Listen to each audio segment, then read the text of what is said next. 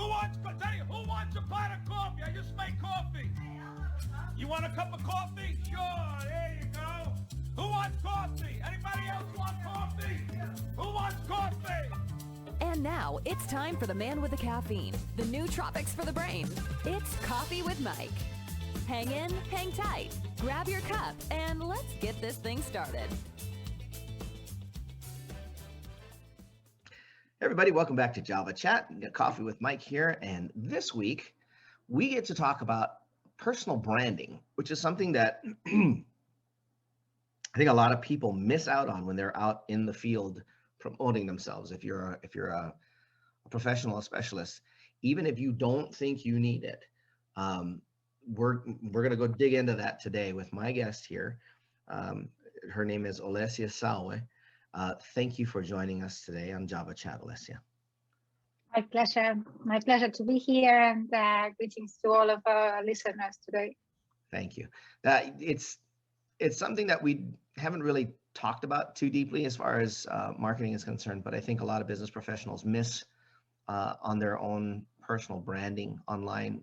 We're both on LinkedIn, and that's about the one good place to really show off your personal brand. But there's a right way and a wrong way to do it.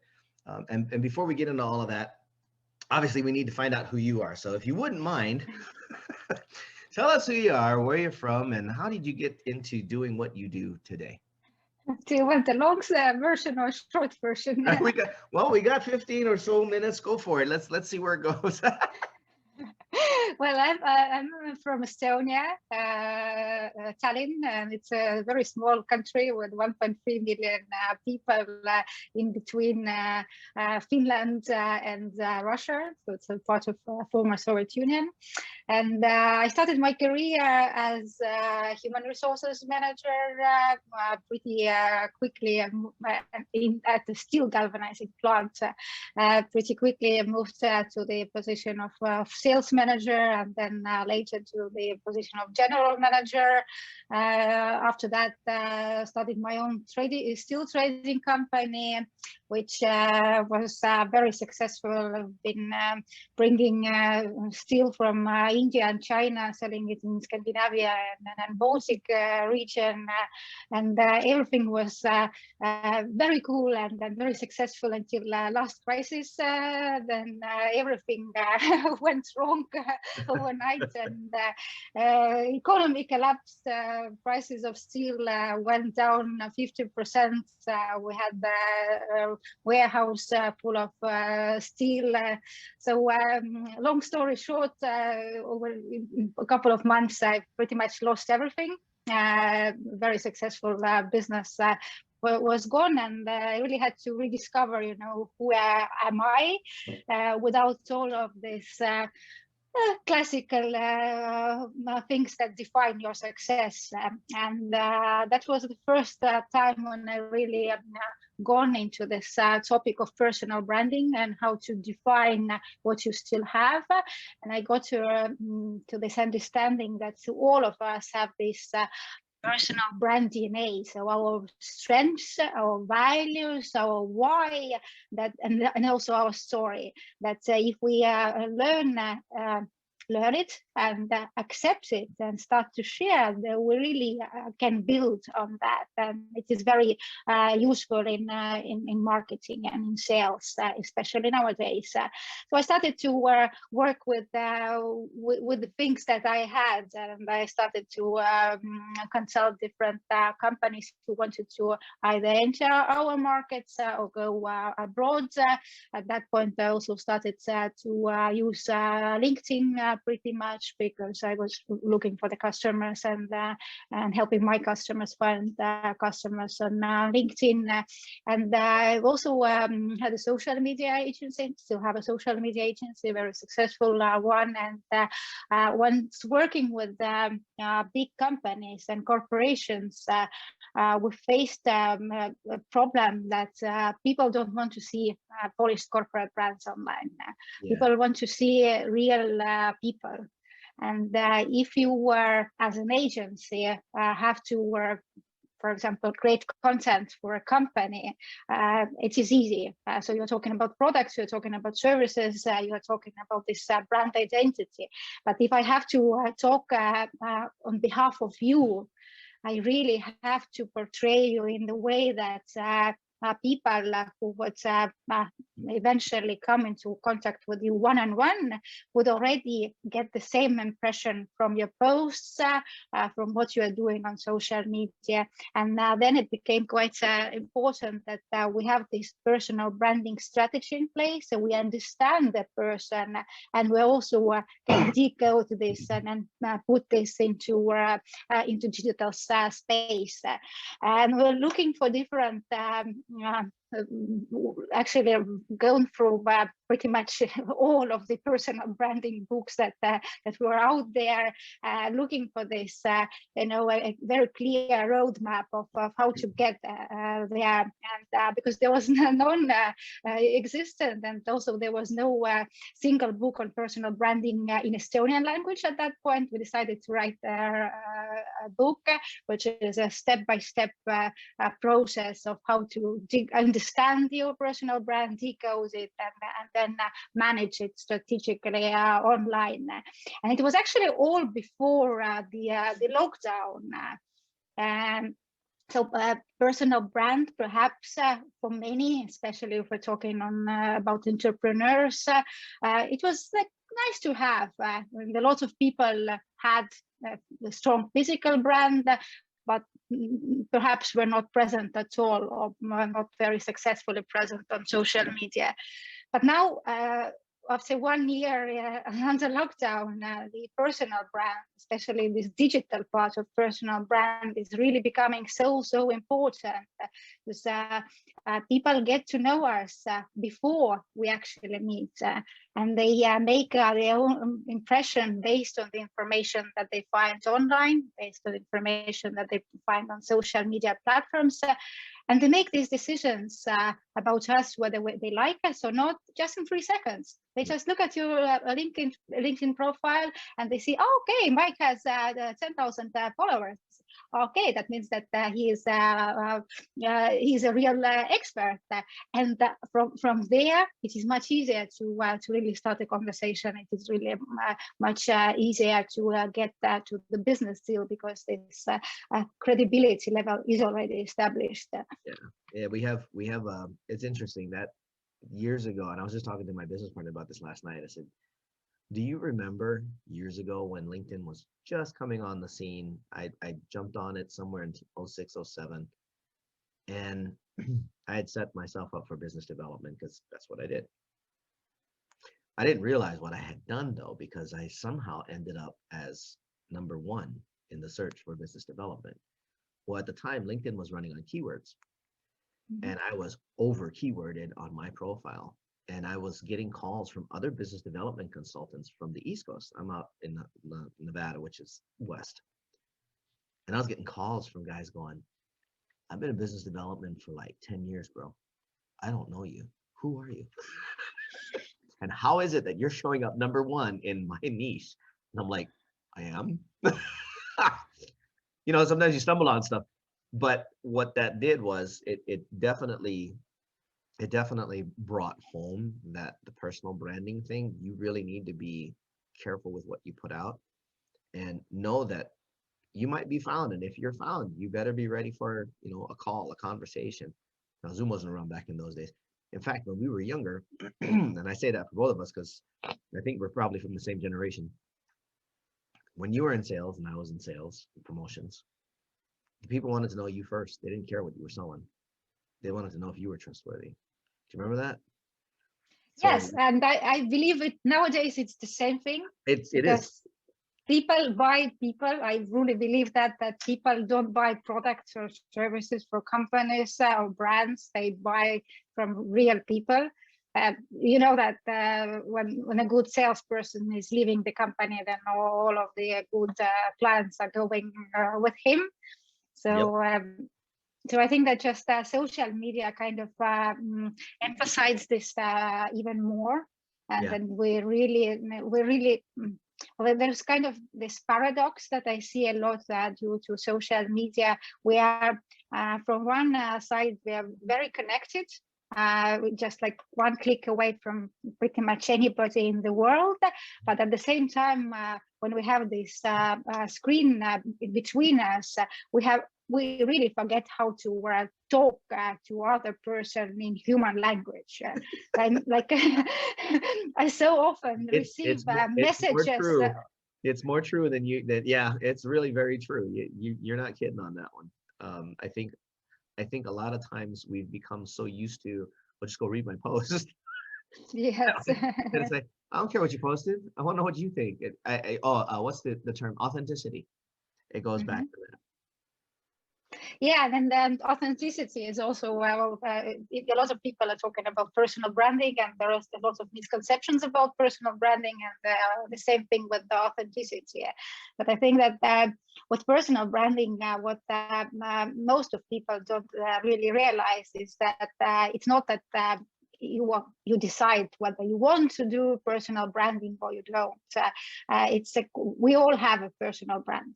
Starting from the moment we started to be active in the university or entered our first job, we already have a personal brand. And Jeff Bezos is often quoted with the definition of personal branding, that personal brand is what people say about you once you leave the room. Well, now in 2021, I say that it's actually not even the case that you get a chance to enter and leave the room. It's a question what people know about you before you enter the room. And it pretty much defines whether you will have a chance to enter the room and join the conversation, or you will not. And I see this pretty often online, this once again in a very interesting paradox, that a lot of traditional businesses, traditional, very successful business leaders, if you look at their presence on social media or Google search, you really get the feeling that, this some kind of a guy with a dog from the garage company. And at the same moment of time, you're looking at his competitor, who is perhaps some startup with a young digital savvy guy. And the presence on social media is so brilliant that they have just basically switched the positions. But the problem is that customers won't go and dig and try to find out whether this perception that they get online is true or not true. They go just with the one who is visible, they go with the one who is credible, who is always there, who is providing value, and that's just the case. It's whether you want to be part of the game that is happening nowadays online, or you don't. Yeah, the value proposition nowadays, especially with personal branding, is how much are you able to give to your potential customer without them having to pay for it. Because if you know enough, and I have a good friend of mine who's very good with search engine optimization. His company like literally jumped 600% in growth from one year to the next during the pandemic, which is all just phenomenal in and of itself. And he doesn't have a huge team, but you'll see him consistently putting out stuff. He's on LinkedIn. His name is Damon Burton. Great guy. I love him to death. He's just so cool. But he's constantly putting out good content on leadership, on search engine optimization, and it's impossible to miss him. He's got his branding down right.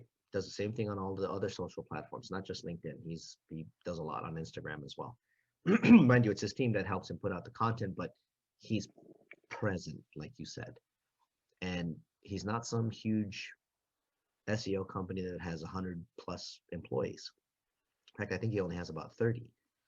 But it's 9-figure companies that want to do business with him. And it's because he's readily available and easy to see and easy to touch. And I think the old traditional model was, the C-level stayed up in the ivory tower and they didn't say nothing. You didn't talk about them. They just dealt with you.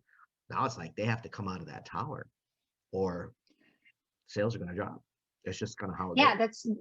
that's true, and there are very many different researchers that show that employees and customers and investors, they all want the owners of the companies, the leaders of the companies, to be present and to take part in the conversation, and not only to take part in the conversation, in the very traditional way, being a spokesperson of the company, but really adding this human side, and then really talking about what you are as a person, not just the leader of the company, but as a human being. What do you value? What really is really important to you? And the ones who understand that, they're very successful on social media. They get very big followings pretty quickly. But there is also one thing that I see, that a lot of people think that personal branding. When you say that personal branding is important, everybody say, okay, yeah, that's important, but they start immediately thinking about personal brands like Elon Musk or Richard Branson, so those household brands that everybody know about.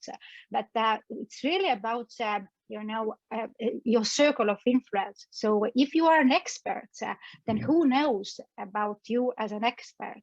Is it just your company? Is it just a small number of customers that you're already serving, or it's a bigger circle? Your local industry, perhaps in your city or in your country, or it's a global industry. And in order to be successful and to have a strong personal brand, you don't have to build a million following on Instagram or LinkedIn. You just have to be very clear about your target audience and the niche that you are operating in, and perhaps just 1,000 people or 10,000 people in the whole world have to know about you. And if they do, that's more than enough. You don't need anything more than that. We've had, just to add on to what you're saying, it can get even smaller than that. There have been masterminds that are only of 10 people, and just through the network of those 10 people, businesses have flourished greatly, just simply because they had that connection, and those people implicitly trusted those other 9 to be able to deliver on what it is that they said they could do. So yeah, it can be as small and tight as just a few. It can still be as big as you want it. I mean, again, like you said, you have to be clear on who you're trying to serve. I mean, if you've got something that's a mass market kind of deal, then yeah, you're probably going to want to try to build the larger audience, but it's not always necessary. It's one of those deals where it can go viral just off of a few thousand, and it has. We've seen it. I mean, how many? As a classic example, TikTok. Oh my God, I can't believe I just mentioned that. But that's one of those platforms that unknowns have become insanely famous. And I'm not even talking about Charli D'Amelio. I'm talking about after her. There are numerous people that have gotten on there, and they're getting brand deals. And these people are your normal Joes. They're not. What's her name? Bella Poarch did a silly facial thing, blew up, and now has millions of followers. And she's probably one of the sweetest people you'll ever meet, from what I understand. So people that I know met her. She's a Navy vet. Where's the personal brand? It's really her just being herself and having fun, and that gets her deals. She's probably somebody that actually needs to create a personal brand strategy, but it kind of just came up for her because she was being authentically fun. Does that make sense? Yes, and I think that when we're talking about managing personal brand, then it's not really the case that you always have to have a strategy of what you are doing with your personal brand. Yeah. And I see this quite often in very different industries, that people become successful and they build personal brand, a strong personal brand, without consciously realizing that they are doing that. And the thing that really makes them different and makes them successful is that they are extremely passionate about the subject, and they just cannot help but share this with the world. And it is very important. So then they are really stepping out of their comfort zone. They are visible. They are sharing this their message, and because they are doing this from their own perspective, they are also building their personal brand. So I think that this unique passion that you have, and also your why, the bigger your why, and then the impact that you want to have in the world, the easier and more authentic it is for you to be building your personal brand. And let me be clear on something. They still follow they still happen to unknowingly follow the tenets of personal branding. So although they don't have a strategy per se, they're still performing the steps to actually get there. But like you said, when their why is big enough and their passion is hot enough, it's hard to not see that. Whether you're the CEO of a 9-figure company or you're Bella, it doesn't matter. I mean, it's something that you love, and the moment you start talking, people can see it. And you'll always have your detractors. I finally got my first hater on this podcast for once. I was surprised. I was like, oh look, I think I've arrived. But it's still the passion of what you believe in and what the reason that you're doing it. So you're still following it. And would it be better to have an actual strategy or at least some kind of outline? Yeah, absolutely. That's why they have you. And yet at the same time, if it does happen in that manner, awesome. It's great. You've unknowingly stumbled onto success. My suggestion after that would be go find out why. Like, find somebody like Olesija here that can actually break it down and go, well, this is what happened. And this is why it's going to continue happening. Maybe you should think about doing this. And we do it because we work in the professional world. We're always the B2B kind of deal. You and I, we're always talking to C levels, EVPs, and so on and so forth. We also talk to some of the people who are the business professionals, because if they're out in sales, they also have a personal brand. We had to do it. We got to do it. Everything that they put out there still needs to have that passion, still needs to have that why. If they're in the job to be in the job, that personal brand is not going to come through very well. Yeah, that's true. And in personal branding, the way that I see it, there are like two parts to it. One is this substance, this your strengths and your values and your story and your why and your passion. And quite often people don't really have enough time to just stop and really understand what are those things that truly matter to me. What are those values that I really not just write down, but really live by? What is my why? What do I want to achieve in the world? And so basically, who am I and what do I want? And this makes personal branding pretty much impossible, because if you don't have this understanding, you also cannot be authentic. You cannot talk to a target audience. And then a second part to this is this packaging. So all of the marketing activities that you can do, and you can have a person who is very clear about his why and passion, but perhaps they don't know how to use social media. They don't understand how to write posts, what platforms they should use. So they need to package their expertise, and that they need to market it effectively. Or they know how to market it, but they don't know what to market exactly. And it's a funny thing, actually, because I've been in sales and marketing pretty much all of my life.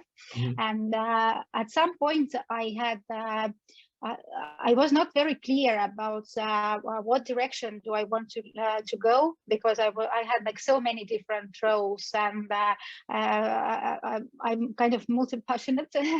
And so I was like thinking, typical okay, entrepreneur, it's okay. Yeah, and so I was like thinking, but I was thinking, okay, I have to have this like one very clear focus, and I couldn't put together all of those pieces of what I was doing, because I was focusing on this. Simon Sinek's Start with Why, and his golden circle, he's talking about this why in the middle, and then the how and the what.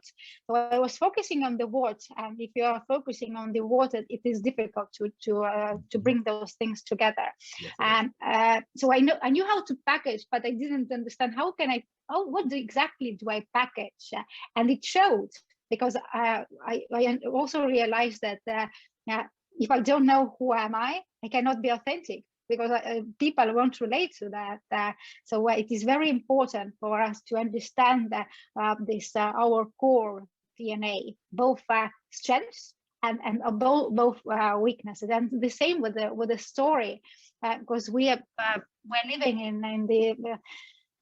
in this success driven environment. So we are used to talk about how successful we are, but there are always two sides to the coin.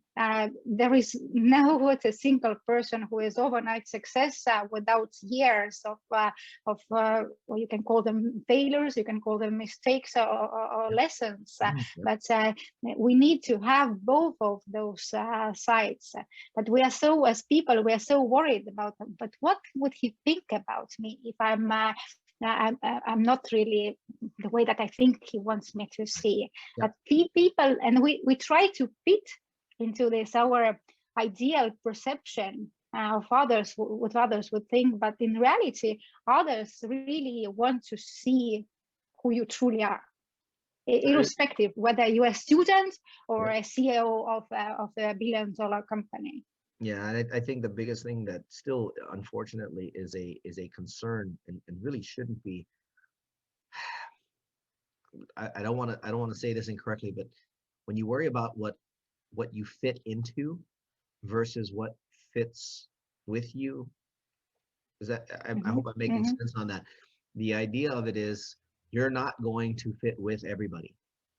You're not you're not a template. If the whole world was a template, boy, would life be boring, right? But you have a set of morals and values. You have a set of things that will match with other people, that will identify with who you are, what you're about, and why you're about things.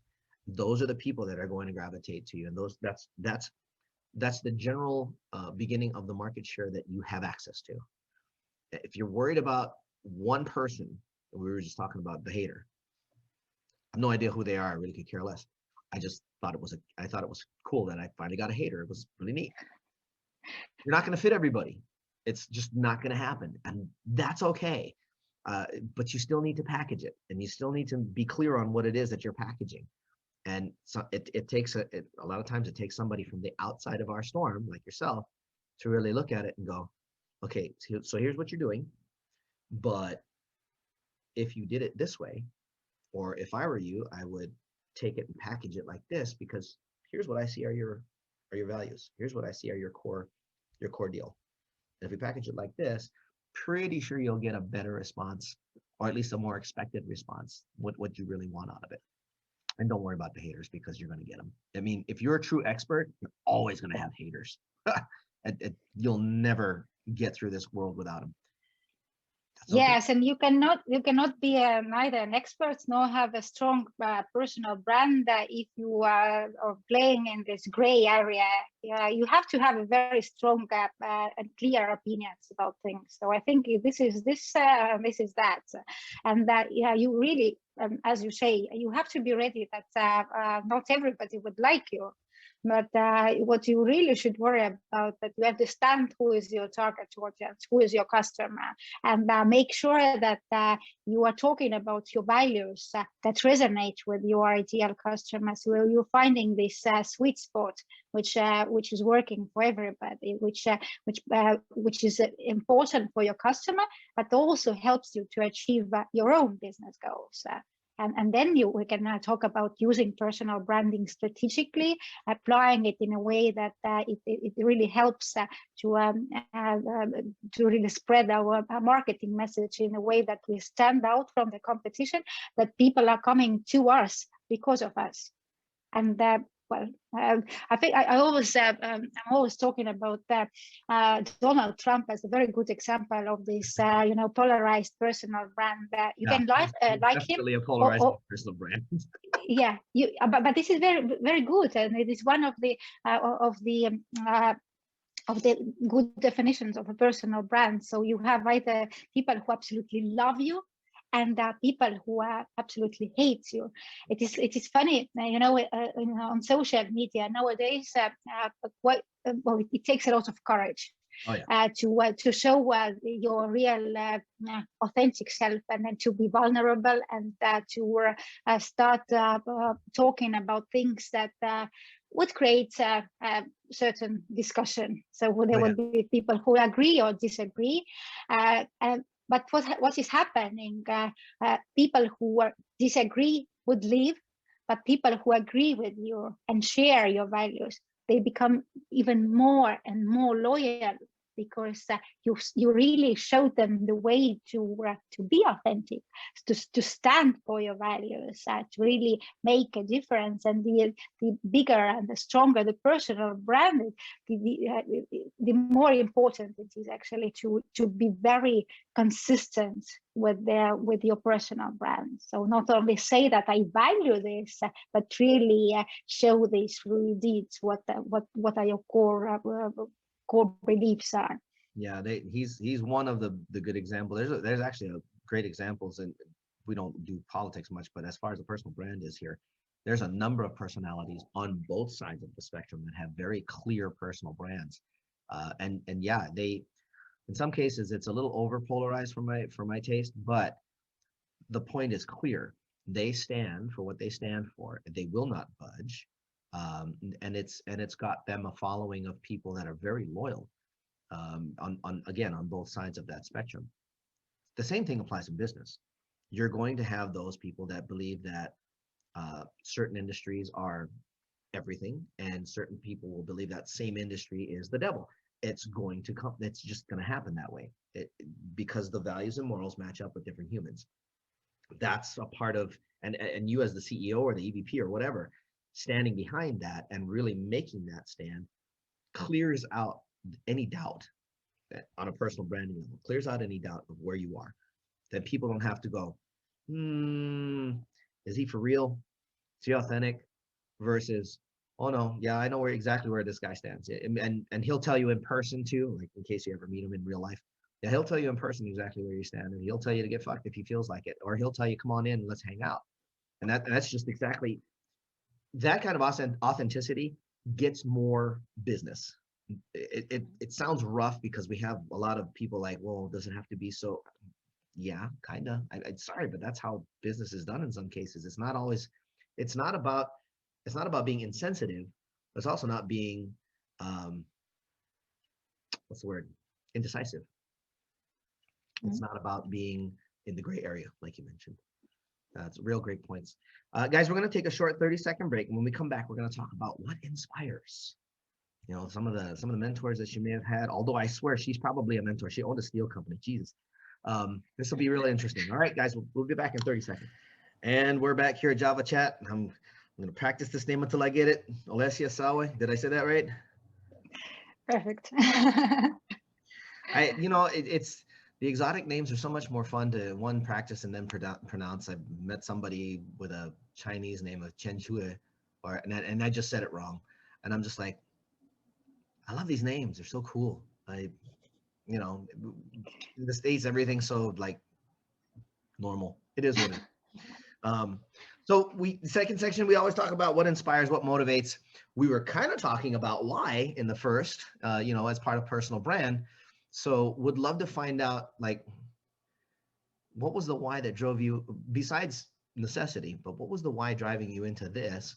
And, who were some of your influences that helped you in life? I mean, from way back when you were in HR and sales and stuff till today.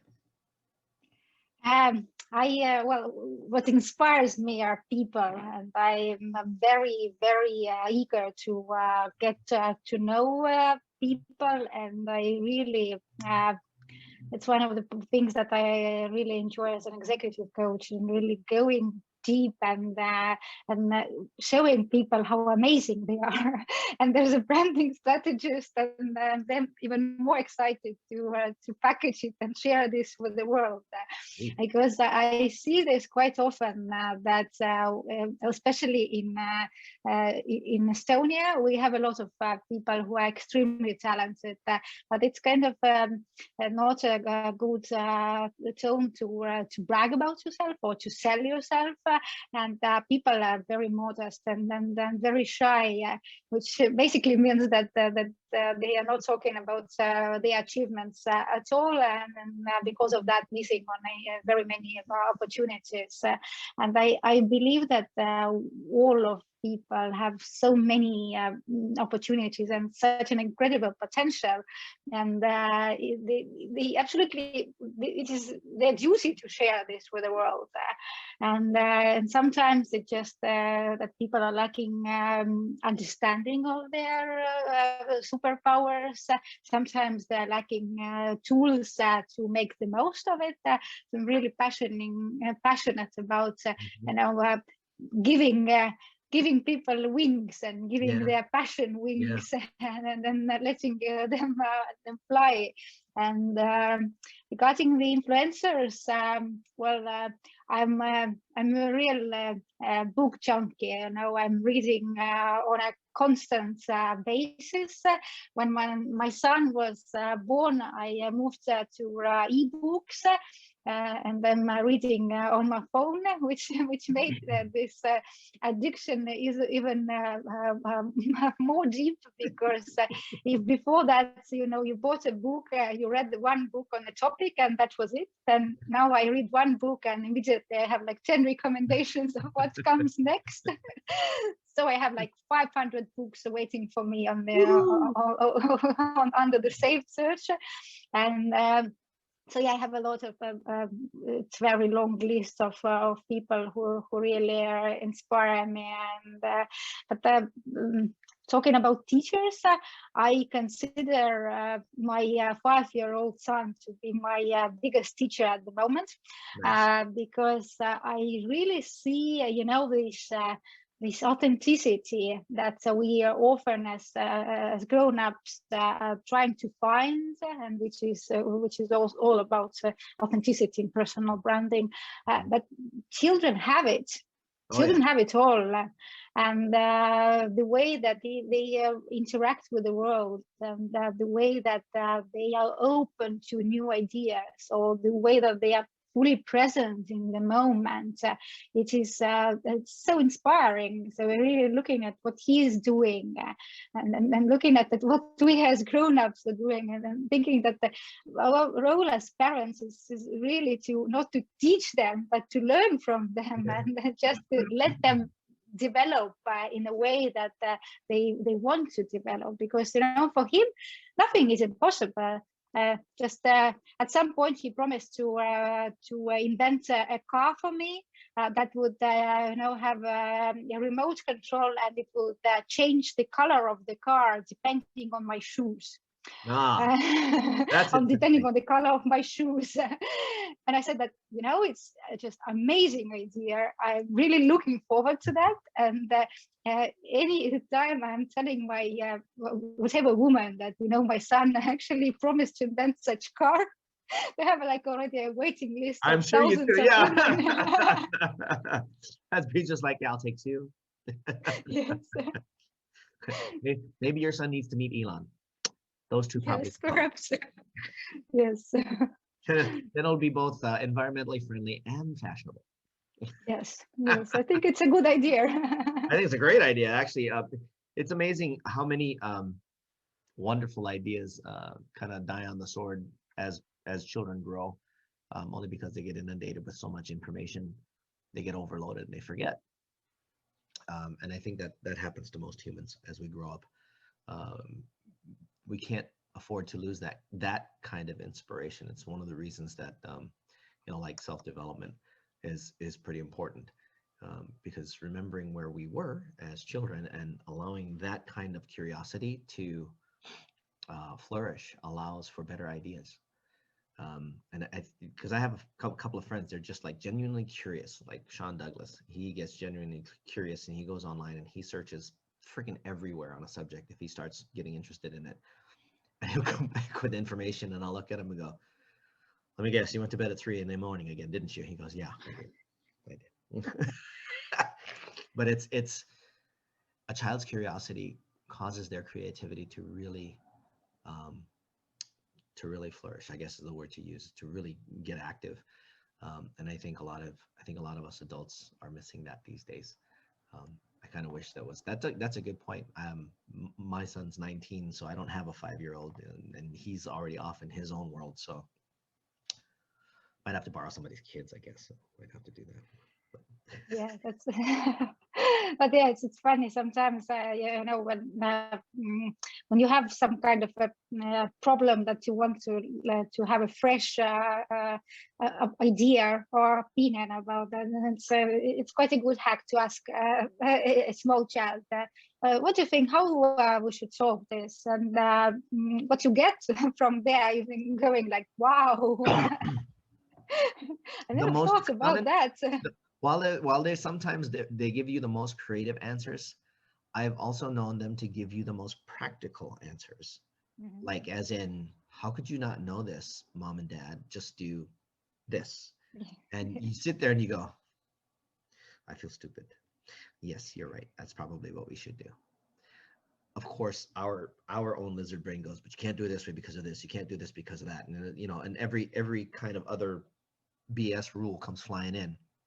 And yet you look at the child's like, I don't see what the problem is. There's your answer. I think if more of us did that on a more daily basis, we would probably come to solutions a lot quicker. That's yeah, it. And another thing is, this popular question that most of the children have to a certain age, why, about anything, and why, and why, and why. And I find it also very useful in business, that you will really ask yourself why many times, and you'll get to the real points. I can't remember who was it that taught me that one, but I remember going through that process where you would ask the question why, and somebody would answer, and then someone else would ask why again, and they would keep asking why until your mind was just absolutely empty and you just sat there and go, I don't know. And then that's the point of everything else that's been written down. There's some of the reasons. You can look at which ones are real and which ones are bullshit, and then you can start looking at the real why behind the ones that make sense. Mm-hmm. It's a great process. It sounds childish, but boy does it work. I've used that on a couple of projects before, like, why are we doing this? Why are we doing it this way? Why are we using this? And everybody else would come back with answers, or I'd have to come up with the answers. And at the end of it all, it's like, it's not that hard. Here's what we do. One of my business partners is exactly like that. I'm like, hey, here's the situation. I'll just go do this. Why are we doing that? Well, if you do it this way versus this way, here's the result here, here's the result here. And I'm like, yeah, I like your result better. So that sounds good. It works. So, what's the most memorable book that you've read that you got the most out of, that you can think of? I really love Robert Cialdini's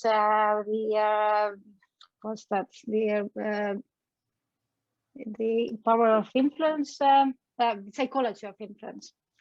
I've read this quite many times, and I think that this is 101 for marketing, sales, and also human relationships.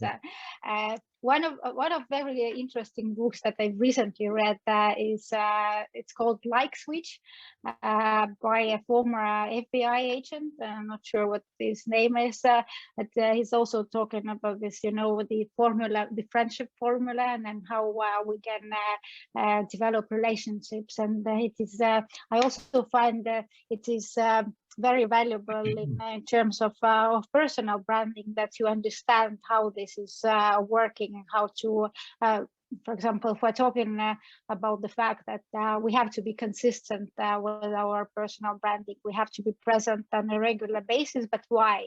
And this formula, for example, explains to you why you have to be visible, and then how often you have to be visible, depending on, for example, on the format or the intensity of the conversation, whether you have a hour-long podcast or you just have a 3-minute video. The intensity of the conversation, the contact would be quite different. I think most of the corporate world has a hard time figuring out which is again one of the best reasons to get yourself a personal branding strategist. It's not good to what's the word? Well, just it's not good to guess. That's the bottom line. It's just not good to guess. You're better off having somebody that understands the process of pulling that all together and then putting it into a format, because while a long form podcast may be great for one thing, on the other side of it, there's always the bits and nuggets that can also be broken out, and it might just hit somebody differently because the whole podcast, they might have missed it, but that one short 15-30 minute got their attention. They went, hold on a second, what'd they say? And they go back and they pick it up, and all of a sudden you have a new follower because of that one spot.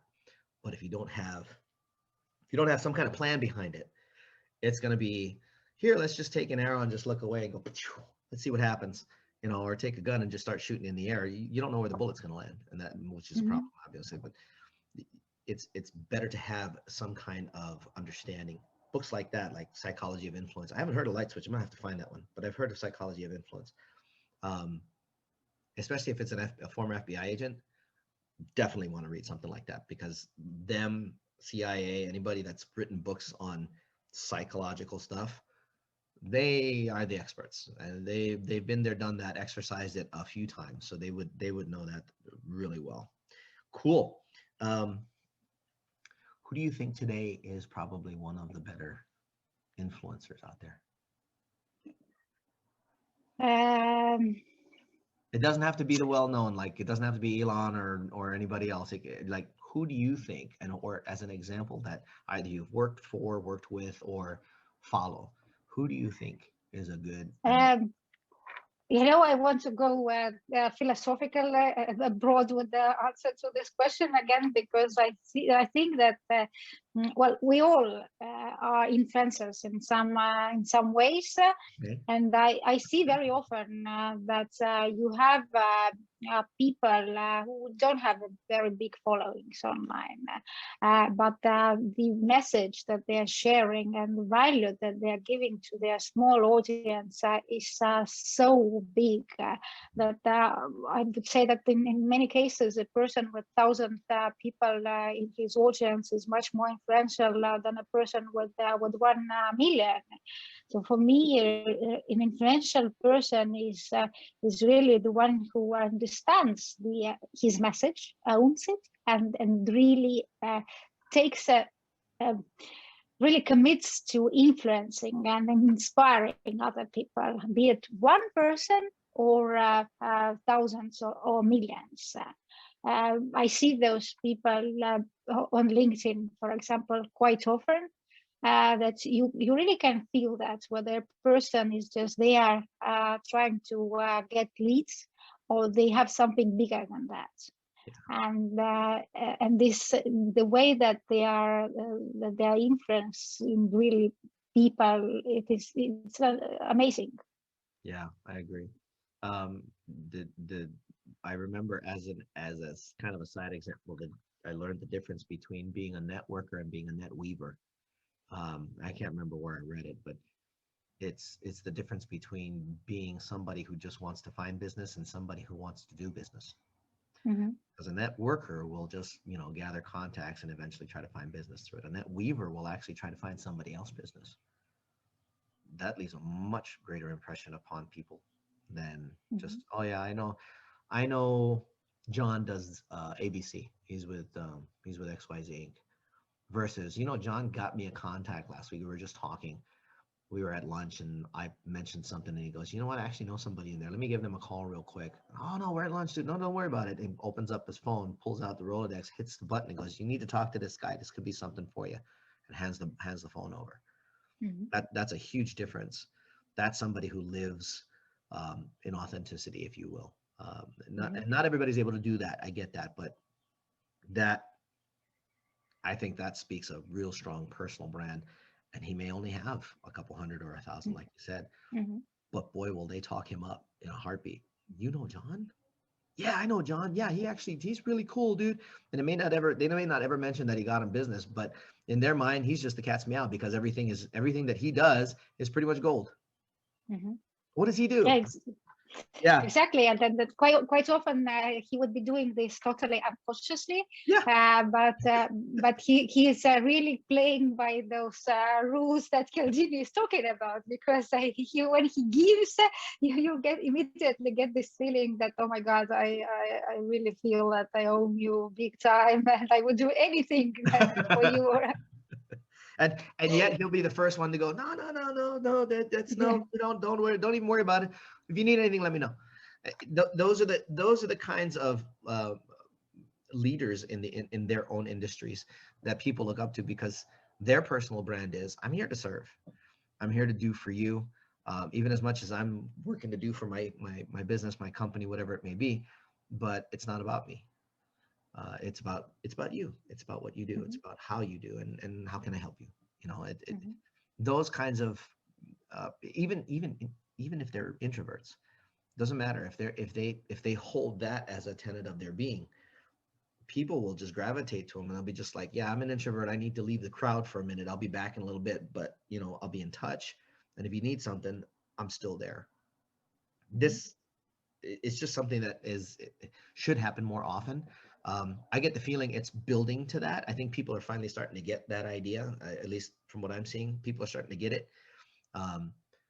But then it gets into the rest of the personal brand, the standing for the message, et cetera, and then the packaging. I think is where people end up after they've unconsciously set it up, and then it's just like, okay, now what do I do with it? And especially now when we have like these two worlds, one physical and one digital, we really have to understand that before we can package this, because there is no point. Once again, we quite often start from this shiny packaging. A lot of entrepreneurs, when they start on whatever business, they go for logo, website, fonts, colors, whatever, but it doesn't matter. So it's not the first thing that you have to focus on. And with personal branding, it's exactly the same. You also have to I want a red logo, but what does this red color mean to you? Or how it is related to your personal brand offline? So it all goes down to different bits of you that really bring this complex concept of you closer to people, and really doing this majority of the job that normally would happen face to face, for us to get to know each other, to start liking each other, to start trusting each other.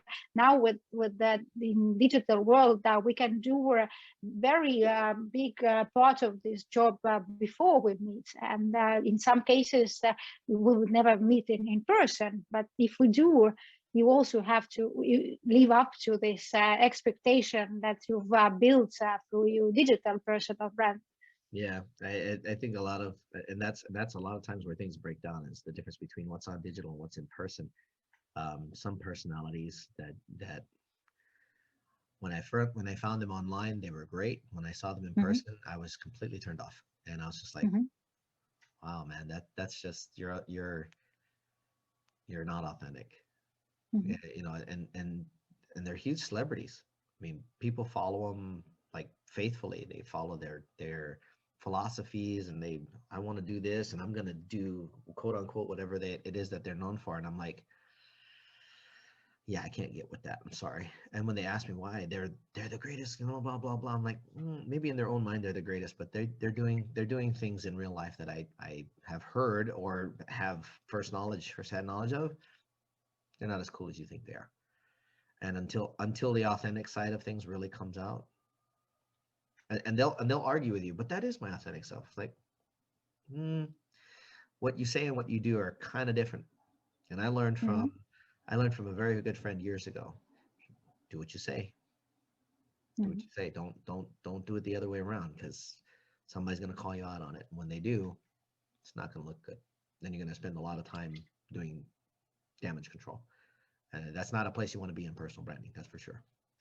Yeah, well, you can build a brand in digital world. You can be pretty much anybody that you can be, but inauthentic personal brand requires a lot of maintenance. Yeah. And I think that eventually it will be a disaster in any case. It's just a question of when it will be. Because you can position yourself, for example, as a 100% vegan on social media, and then you would, I don't know, be caught eating steak at some point. And funny story, but we had actually a case like that in Estonia, where one very popular nutritionist was talking about how bad are how different cakes and stuff like that, and then he was eating himself some kind of cakes, and it was all over media. Oh, sure. Oh, that's hilarious. I can just see the headlines, the hypocrisy. Yes, pretty oh my much God. like this. Gotta tell you, there was, as an example of how strong a personal brand can get, recently there was somebody on TikTok, somebody called that vegan teacher, who was got a lot of notoriety for being really brutal about being vegan and stopping everybody stop eating meat and blah blah blah. She got a lot of hate, and the more she pushed, the more hate she got, to the point that people finally got all 4 of her accounts banned from TikTok. So there's a limit to personal branding. She stepped way over it. It was even to a point where she was bullying people. Honestly, if you want to be a vegan, go for it. It's all good. But you sitting there trying to be an activist on a social media platform of a bunch of omnivores, it's probably not going to work out too well for you. Yeah, and there is one very good definition of personal brand that I like a lot. It's saying that personal brand is how you make people feel about themselves, and it really brings this human part of personal branding. So if you're interacting with people, it's not so much perhaps about whether you are right or wrong, but what are you giving to a person that you're interacting with. And it doesn't matter whether it's one person in one-on-one conversation, or there are thousands of followers. There's a difference between being compassionate and inspiring versus being a bully. And for personal branding, anything that you bully through, you will not do well.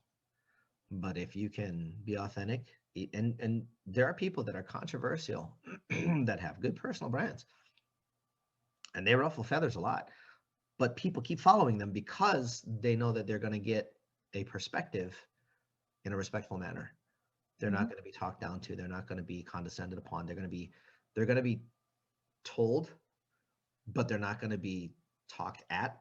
They're going to be talked to or spoken with if they're in an actual conversation. And I think a lot of personal branding deals with, can I have an actual conversation with that brand, with that person? If I can have a conversation with them, yeah, we might not agree. In fact, we'll probably agree to disagree on a few things. That's okay. I can still follow what they're talking about. I can still get with some of what they're saying. You've taken the great part of the market and still somewhat affinitized them to you. You still got to at least watch you. They may not like you, and that's okay, but at least they're watching what you got, because somewhere along the line, something that you have may be of use to them. So you have your loyal following and you have your partial loyal following, and then you'll have that last part that never bothers with you or hates you, whatever.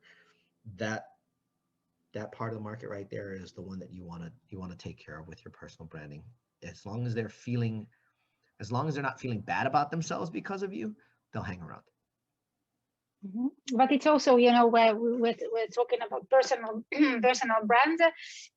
It's all based on storytelling, telling your story, but you're telling your story in a way that your people around you, people who are following you, can really relate to your story. So it's I think that it's always about this balance. It's not just about you, nor it's only about your customers. You have to find this sweet spot. And in order to find this sweet spot, as Dale Carnegie said, if you want to be interesting, you have to be interested. So you really have to be interested in people that you want to work with, people that you want to follow you. So you have to really invest into the relationships. And I think that this same formula works both online and offline. If we want to have authentic relationships, we have to invest. We have to invest our time. We have to invest in developing and nurturing this relationship, be it in our personal relationships or in business. Yeah, makes sense. All right, guys, we're going to take another quick 30-second break, and then when we come back, we'll talk about what's coming up, what's in the future.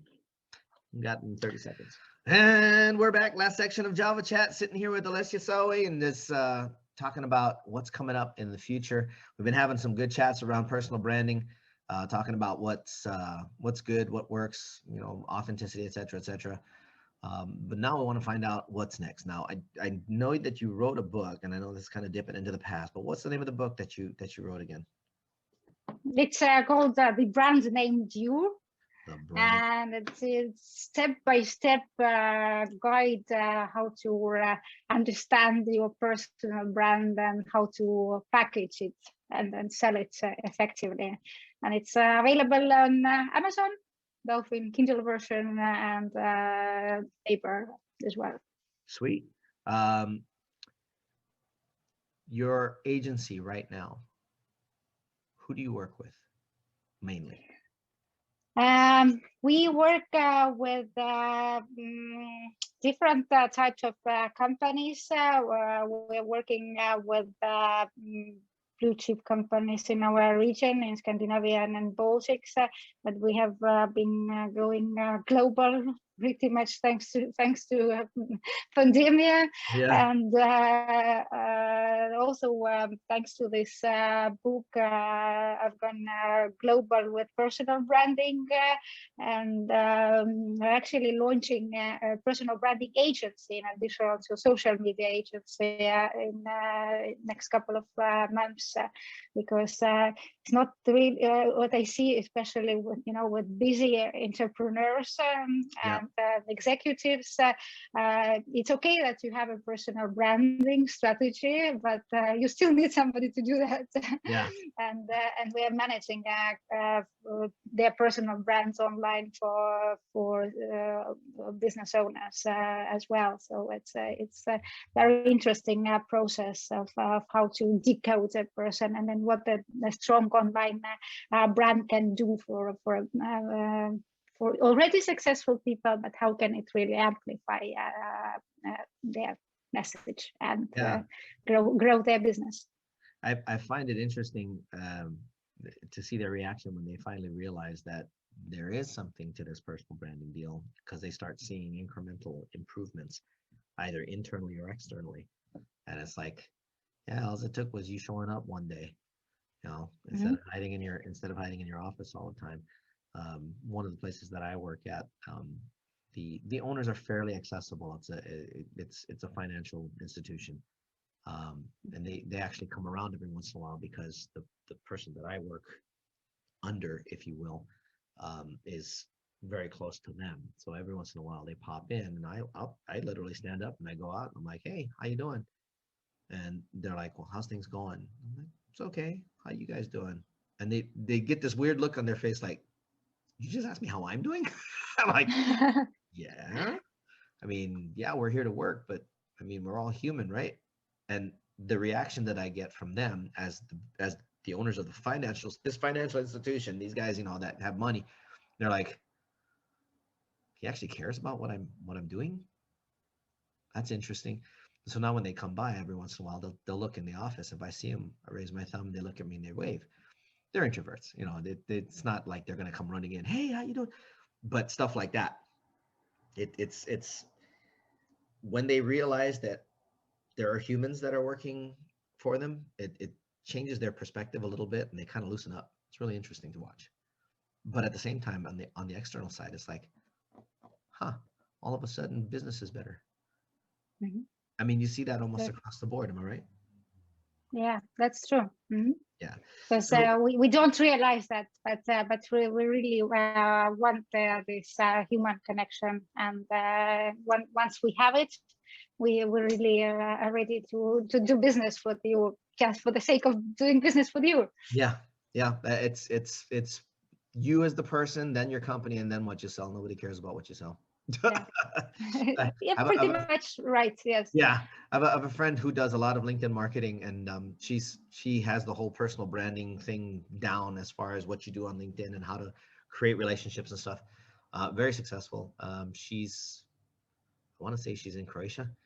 Um, just real brilliant girl, and her personal brand is real strong. And she doesn't have a huge following, but she gets people results, and that's getting her a lot of referrals. So makes sense. She understands it too. Um, Website. If somebody wants to learn more about you, do you have a website? Yeah, it's olesiasaue.com. You have to write it somewhere, I think. Yeah, well, all the links Or I will have to always go spell down it. in the comments. So everything, whether it's the book or your website, also your social, because you are on LinkedIn, correct? Yes, Which my is main cool. channel is LinkedIn. I'm also in Instagram, but my main channel is LinkedIn. Cool. Well, I'm Instagram too, so I'll have to come find you. If it comes to, and I'm assuming that the agency does have a website or will have a website for the personal It brand. is. We're launching it in April, so it will have everything in April. Okay, no problem. Let us It's know so that we can go getting ahead and ready. put it on our Mhm. social as well. And we're happy to promote it. Um, what would be your biggest piece of advice to somebody who's an entrepreneur who's either just starting or, as we've been discussing, is already in the throes of doing business? What would be one of your biggest pieces of advice with regards to personal branding that they should consider? I think that the biggest advice that I would give to them is to realize that they already have a personal brand, whether they manage it themselves or it is happening on their own, and then really to take themselves as a most important asset that their company has, and look at their personal branding strategy and really integrating it into their corporate strategy. If you are starting out as an entrepreneur, your personal brand is the best, most effective, and the cheapest way to become visible, to build credibility. You would never do this without, with the unknown brand that you are trying to build. It takes just too much money, and it doesn't make any sense in today's environment. But if you already have a strong company brand, then adding this personal brand will really give this human touch to your corporate brand. It will give this authenticity, and then it will help to build a very strong relationships with your target audience, whoever they are. And as you are building your own personal brand, there is this halo effect that affects your company. And it's in case of bigger companies, it's not just about the personal brand of the CEO, of the owner. It's also about the personal brands of employees, because the stronger personal brands of each and everybody who is working for the company, the stronger is the corporate brand, the stronger is the company brand. Makes absolute sense. Makes absolute sense. Well, I want to thank you very much, Olesija, for coming and hanging out and sharing your wisdom, your insights. It's been a blast. I've enjoyed our time together. My pleasure. I did too. Could Awesome. go on for many hours. Yeah. We were talking about that pre-show. We're gonna try to keep it down to an hour. But it is what it is, and I think we've gotten a lot of good golden nuggets out of this whole thing. I know I relearned a couple things and learned a couple things as well. So thank you very much. For those of you that are watching us on YouTube, all of the links that we were talking about will be down in the comments. If you have a question, go ahead and drop it in the comments. She gets the links to both the podcast and this YouTube. She can answer it at her leisure, or just get over to her website, olesijasaue.com, and ask her there. I'm sure she'll be able to answer you at her leisure. If you're not subscribed, there's a subscription button down there, and there's a bell next to that. Hit that bell so you know when we get great guests like this again, as we post them, so that you don't miss out. If you're listening to us on any of the, I'll just say any of the podcast platforms, because we're on a bunch of them now, make sure you download or subscribe. If you feel so inclined and you think it's worthwhile, drop us a review. If you're watching us on, or listening to us, if you're listening to us on anchor.fm, please be sure that you subscribe there. You can show us a little support too. We can use all the support you can muster up for us. If you think it's valuable, and this is the big one, if you think what you hear is valuable, you know somebody out in your industry that could probably use the information or the advice or anything of that nature, share it with them. Whether it's the YouTube or the podcast, just send it over to them. Have them take a listen. If you think it's just one specific part, tell them, get out to this time mark, 1 minute, 50 seconds, or whatever it is, because there's something there I think you need to hear. Share it with them. It'll give, it gives you your personal brand a little boost, because now you're thinking of others. And then at the same time, somebody else gets to hear the wisdom. These are experts that we bring for your benefit, and we love that you make the time and take the time to come and watch or come and listen. We love all of you. We thank all of you for doing so. So, for myself, Coffee with Mike, and Olesija Saue, stay up, stay safe, stay healthy, and live. Ciao for now. And have fun.